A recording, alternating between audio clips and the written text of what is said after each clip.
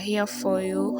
Turabakunda cyane kandi twizera ko ibyo dukora bibanezeza. Turabizi mudukurikira muri benshi, mumaze kuba umuryango munini kandi mugari ukunda ibyo dukora. Murabitwereka muri komenti zanyu, mu biganiro byacu mukomeza kubitwereka. Turagarutse kuri iyo mbimenya series, tugarutse muri episode ya 7, aho tugiye kongera gukomereza aho twari tugereje tubabwira ya nkuru yacu. Byabaye ngombwa ko Ketia afata umwanzuro wo kujya kwirebera jefu. Ketia yararakaye cyane, yababaye bitewe n'amagambo Riza yamubwiye. Aragenda iwabo wa jefu, arakomanga, baramukingurira arakaye. Ntabwo bisanzwe kuri Ketia kuko Ketia ntabwo asanzwe ari wa mukobwa urakara cyane. Yagezeyo arababaza ati jefu arahari? Babanza kumubwira ngo reka nze njye kureba niba hari. Umukozi aragenda mu cyumba abaza jefu ati hari umukobwa uri kugushaka. Aramubaza ati se ameze ate? Aramubwira ngo ni umukobwa w'imibiri yombi, utari muremure cyane ariko nanone utari mugufi. Aramubwira ati genda umubwire ko mpari nta kibazo, aze muri salo ndaje muvugishe. Ketia baramuretse arinjira, bamwicaza ahantu hanze ariko atari mu nzu, ahantu basanzwe baganirira iyo hari izuba ryinshi. Aricara, bamuhaye amazi bari kunywa. Agiye kubonabona jefu araje. Jefu mu kuza yahise atungurwa cyane, aramubwira ati Ketia ni wowe cyangwa ndarota? Ndatunguye kuba nkubonye uje iwacu mu rugo, gusa welcome. Ndumva nishimye cyane, nezerewe kukubona uri hano. Ariko Ketia ntabwo yamweretse ko yishimye, yamweretse ko ari ibintu bisanzwe. Aramubwira ati so nta kibazo, ariko ntutekereze ko kuba nje hano ari uko nishimye cyangwa se ari uko nari ngukumbuye. Jeff aramubaza ati se niyihe mpamvu uje hano? Niba atari uko wishimye kandi akaba atari uko nankumbuye, habaye iki? Jeff, ntabwo nari nzi ko uri umuhungu mubi bigeze hariya. Wabaye inshuti ya Riza igihe kirekire, mwarakundanye ndabibona, ariko ntabwo nari nzi ko hari icyo byakumarira kuba wafata Riza ukamuteranya n'inshuti ze. Kubera iki waneranyije na Riza? Byarambabaje cyane, gusa warahemutse. Jefu yarisobanuye, aramubwira ati ariko Riza ntabwo mukunda kandi narabikubwiye, sinzi impamvu utabona ko n'ubusanzwe Riza ari umwana mubi. Riza ntabwo nigeze nguteranya nawe, niwe wafashe umwanzuro buriya wo kukwanga. Jefu, umutima wanjye wuzuye agahinda, gusa Riza niba yarumviye ukuri kwawe, akumva ko ariko kuri, akumva ko gufata umwanzuro wo kunyikuraho kuriya ari byo bizamuha amahoro, nanjye naramuretse. Ariko Jeff, mubwire ikintu kimwe, ndabizi nukunda uriya mwana w'umukobwa, ibyo nanabihamya kandi nanabisubiramo. Umukunda, I know. Sinzi icyo ugamije kuri we. Ushatse wareka ubuzima bwe ukamureka. Nubwo anyangange simwanga, ndabizi neza ko ari weho wamushutse. Mama, ndabinginze, nimundeke mureke nkora icyo nshaka, kuko ndumva ari byo byampa amahoro.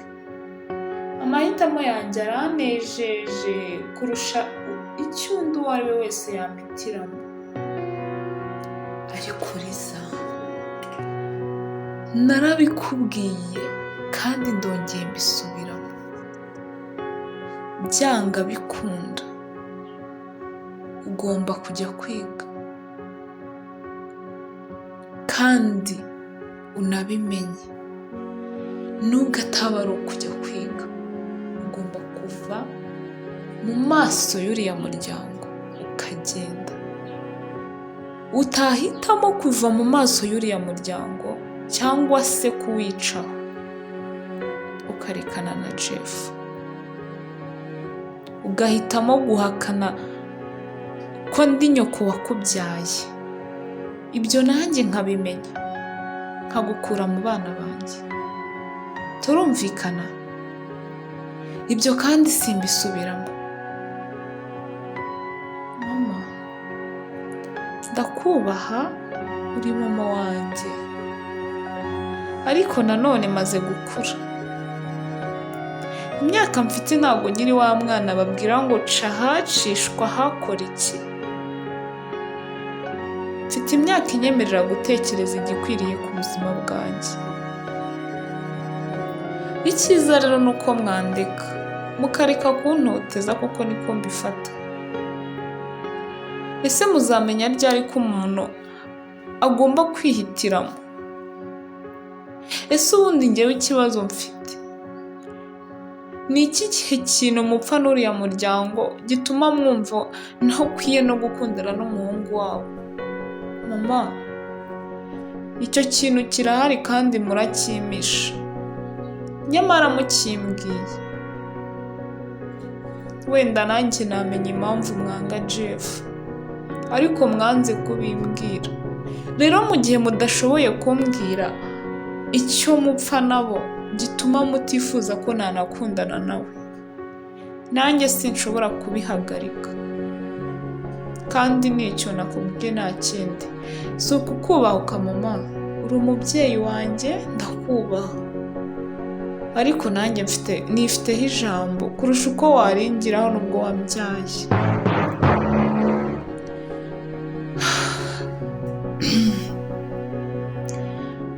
Riza mwana wanjye, wanyumvishe koko. Nta kindi dupfa n'uriya muryango mwana wanjye, ni uko muramutekerereza, muramushakira ibyiza, kandi ndi umubyeyi mukuru ndakuruta. Rero abahungu b'iki gihe ndabazi.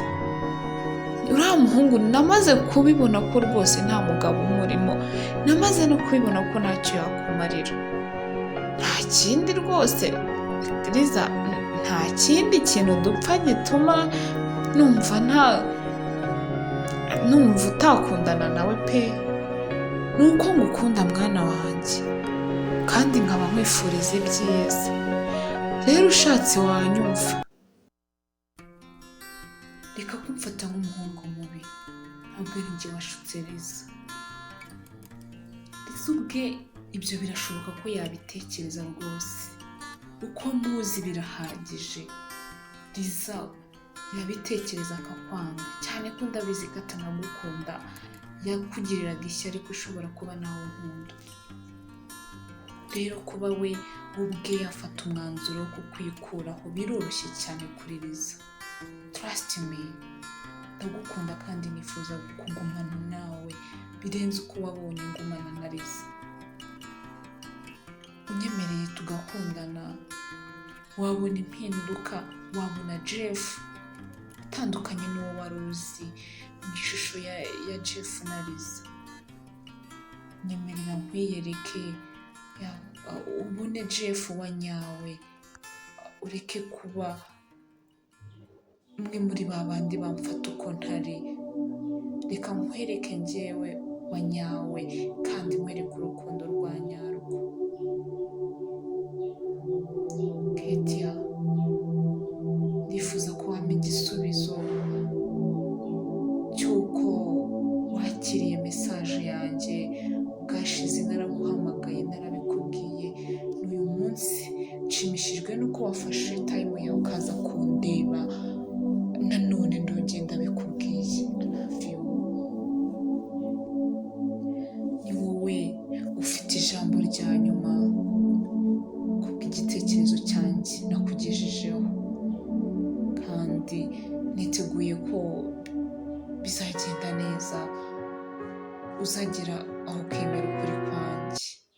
Amahoro, umugisha bituruka ku Mana bikomeze bibane na buri umwe wese wakanze subscribe. Mukomeze mudushyigikire, mukande like, mukoreshe ya ku bantu badafite link ya channel yacu mu basharing ino nkuru bakomeze nabo bayumve badushyigikire.